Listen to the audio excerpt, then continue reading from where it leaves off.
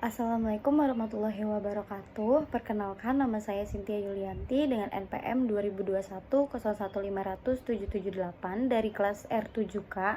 Kali ini saya akan membahas mengenai klien penyintas korban kekerasan.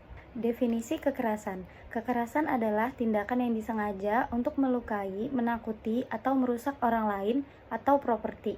Kekerasan dapat terjadi dalam berbagai bentuk, mulai dari kekerasan fisik hingga kekerasan verbal, emosional, dan seksual. Kekerasan dapat terjadi di mana saja, baik di rumah, sekolah, tempat kerja, maupun di ruang publik. Faktor penyebab kekerasan. Yang pertama, faktor individu. Dapat berasal dari masalah kesehatan mental seperti depresi, kecemasan, dan gangguan kepribadian. Selain itu, dapat juga dengan kurangnya kontrol emosi dan sikap agresif. Yang kedua, faktor sosial. Faktor sosial dapat disebabkan karena terjadinya lingkungan keluarga yang disfungsional atau ketidakmampuan untuk mengatasi masalah dengan cara yang konstruktif. Yang terakhir, faktor lingkungan, yaitu dapat dengan akses terbatas terhadap pendidikan dan layanan kesehatan, dan juga perubahan sosial dan budaya yang cepat. Dampak kekerasan. Yang pertama, dampak fisik dapat berupa cedera fisik termasuk luka memar, patah tulang, hingga kematian. Kedua, dampak psikologis, yaitu trauma psikologis seperti gangguan stres pasca trauma. Terakhir, ada dampak sosial, dapat dengan kehilangan kepercayaan pada orang lain, masalah dalam bersekolah atau bekerja. Selanjutnya adalah hasil wawancara saya bersama korban yang pernah mengalami kekerasan. Profil klien bernama NR dengan usia 22 tahun, berjenis kelamin perempuan, dan pendidikan terakhir SMA. Status pekerjaan saat ini bekerja sebagai karyawan swasta dengan alamat di Cibinong, Bogor. Deskripsi keluarga. NR merupakan anak kedua dari dua bersaudara. NR berasal dari keluarga yang cukup mampu. Ibunya merupakan karyawan swasta dan ayahnya merupakan pengusaha. NR memiliki kakak perempuan yang sudah menikah sehingga kakaknya tidak lagi tinggal bersama NR. Dikarenakan orang tua NR yang sibuk bekerja, mereka jadi jarang sekali berbincang bersama di rumah, hingga NR tumbuh dewasa pun dapat dikatakan dia tidak terlalu dekat dengan kedua orang tuanya. Deskripsi diri klien, NR menjadi populasi khusus karena latar belakangnya yang menjadi korban kekerasan. NR memiliki kepribadian yang pendiam, pemalu, dan pribadi yang cenderung menghindari konflik. NR mengalami kekerasan yang dilakukan oleh pacarnya saat dia berada di kelas 12 SMA.